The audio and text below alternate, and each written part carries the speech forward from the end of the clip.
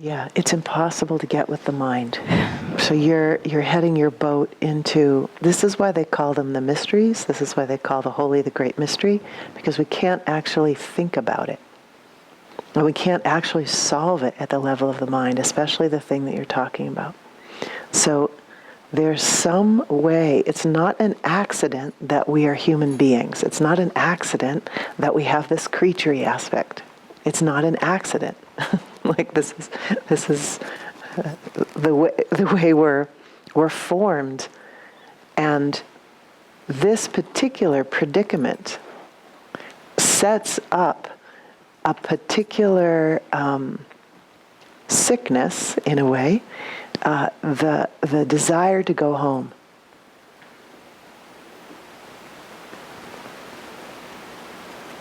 Like, I don't think my cat has the same drive that I had as a young woman to go home. I think my cat is happy with his food and some pets, right?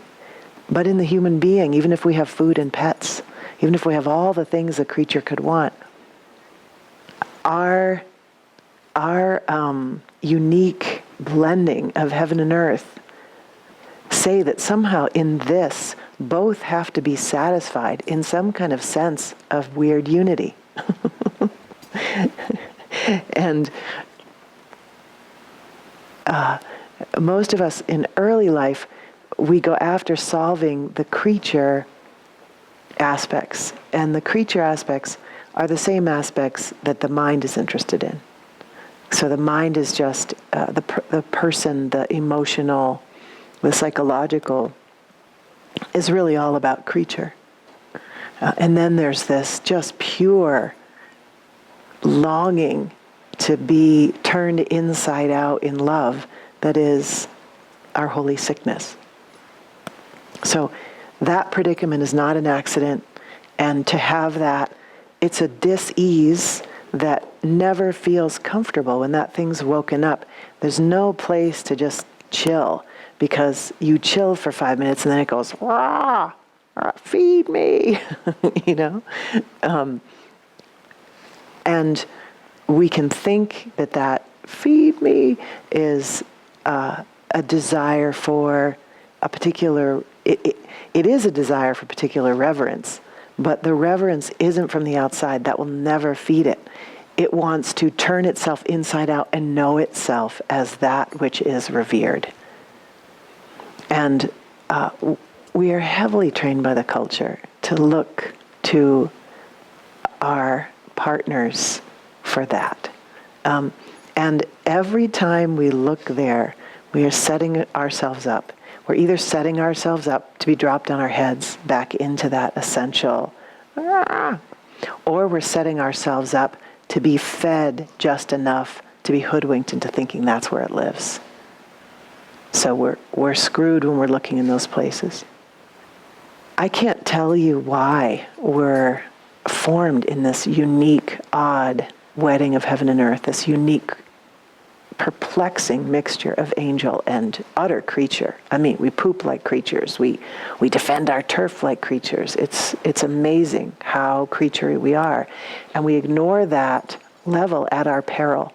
Because when we ignore that level, any neglect or abuse that's happening in our system toward the creature slips into the unconscious and just becomes part of, and kind of the core of the war and the split.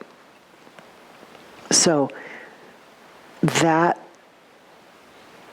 the Sufis say, just love. It doesn't matter who you love or what you love. And in fact, Rumi writes this poem where the perfect wife for the seeker is a woman who's already been married to the love of her life who died. And she has a son who looks just like him, her only child, and she can't have any more children. So here you are wedded to this woman who's in love with someone else and has a child in his image just to remind you. And this sets you up to be driven inward to find what you're looking for out there, because no matter how many times you look out there, you're not going to be the special one. And no matter how many times you look at this child, looking back at you is going to be the beloved that you're not, right? And so it drives you to seek somewhere else. And this is the beauty of how the world just doesn't satisfy.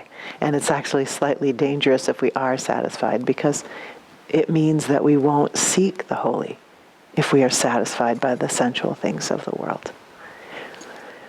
We could inquire into, and this would be the yang path, inquire into that stupid heart that doesn't realize that it's actually,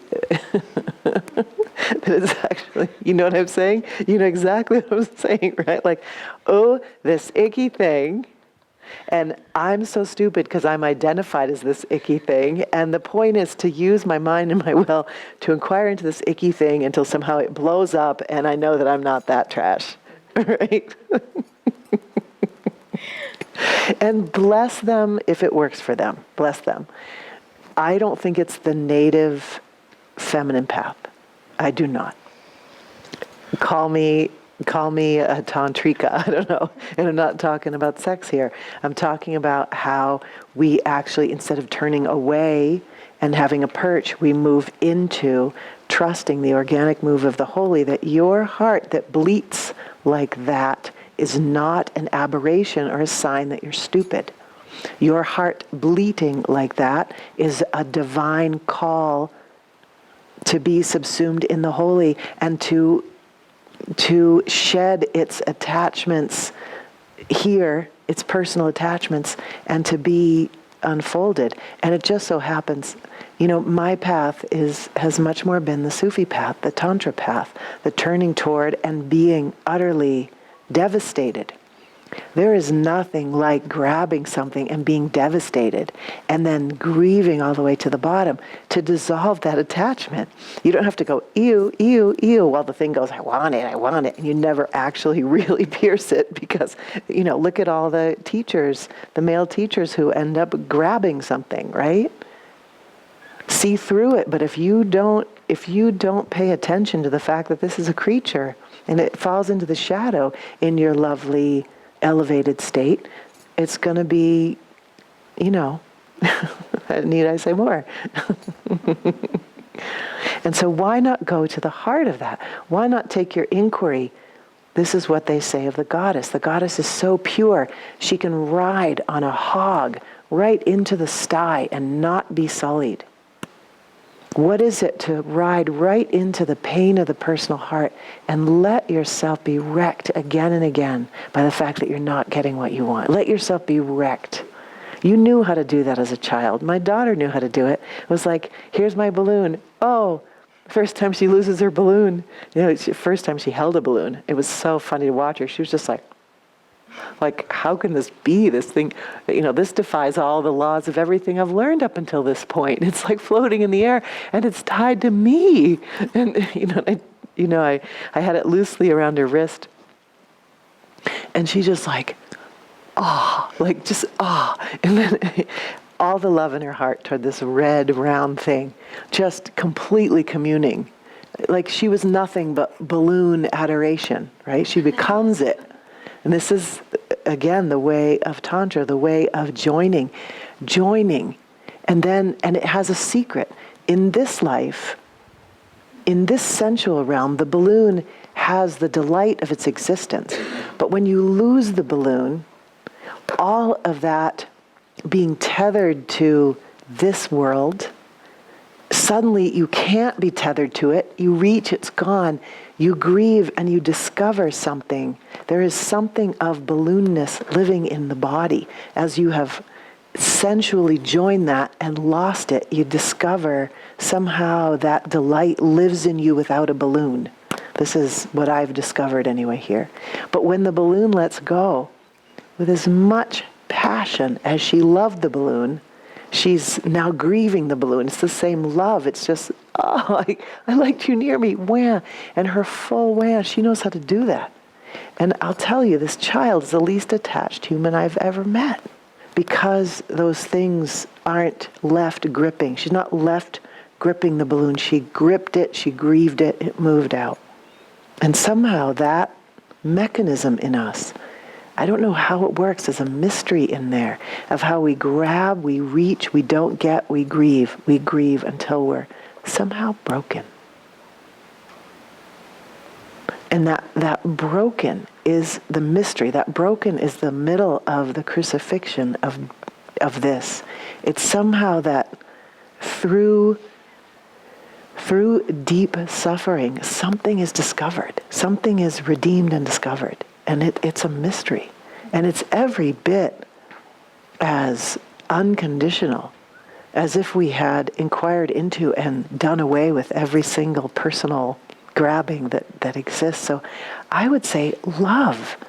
And every time that hurt rises, hurt, cry, go for it. Go for it. Seriously, the feeling that you're young and small will burn off. I have a feeling, the feeling of vulnerability. There's an aspect that in the open heart will always be tender. It will always feel the tender beauty of the human predicament, of the human heart, and it's like heart has a subtlety to it, a sensitivity to it. The place where it needs things from other people in order to stay unfolded, that's the human part, that's the young part. And that's the part that, in my experience, hurting deeply slowly allows it to stay open. It's like there's no hurt left. Because somehow, like here, how do I say this? When the two become one, there's no such thing as a bad guy out there who could revere us and isn't. There's only that poor, sweet fellow who's too caked with ow to actually recognize God's beauty and love. Poor thing that he can't join in this and schmooze around in this. Poor thing that he can't recognize this in himself and therefore in you. But when as long as it's personal, it's like there's still like a two-ness that needs to be gotten to the bottom of. And here it was just simply gotten to the bottom of by going to the bottom of it. So I say, like, court rejection and then just wail. And keep tasting your own beauty. When someone walks away or when someone sneers instead of smiles, let yourself notice the shock, because there's a shock. First of all, when someone comes up to me and they have so many films over their eyes that they're not actually even seeing. Do you know that feeling when someone's talking at you and they're nowhere in the vicinity? They're seeing veils, but they aren't even seeing. And for me, it's so plain as the side of a barn that there is sacredness here, sacredness there, sacredness all around, beauty, alive presence. It's like it might as well be naked in the square, doing a little dance. It's so obvious. It's unbelievable to the heart that wouldn't be seen. It's always just sort of like wow. But the personal piece at some point leaves. It's more like, wow, that looks hard to live inside of that. That has nothing to do with this. But no matter how many times we say that has nothing to do with this, there's one in here that needs to be met that really believes it has something to do with this. And it needs to feel its pain, because it's a young pain.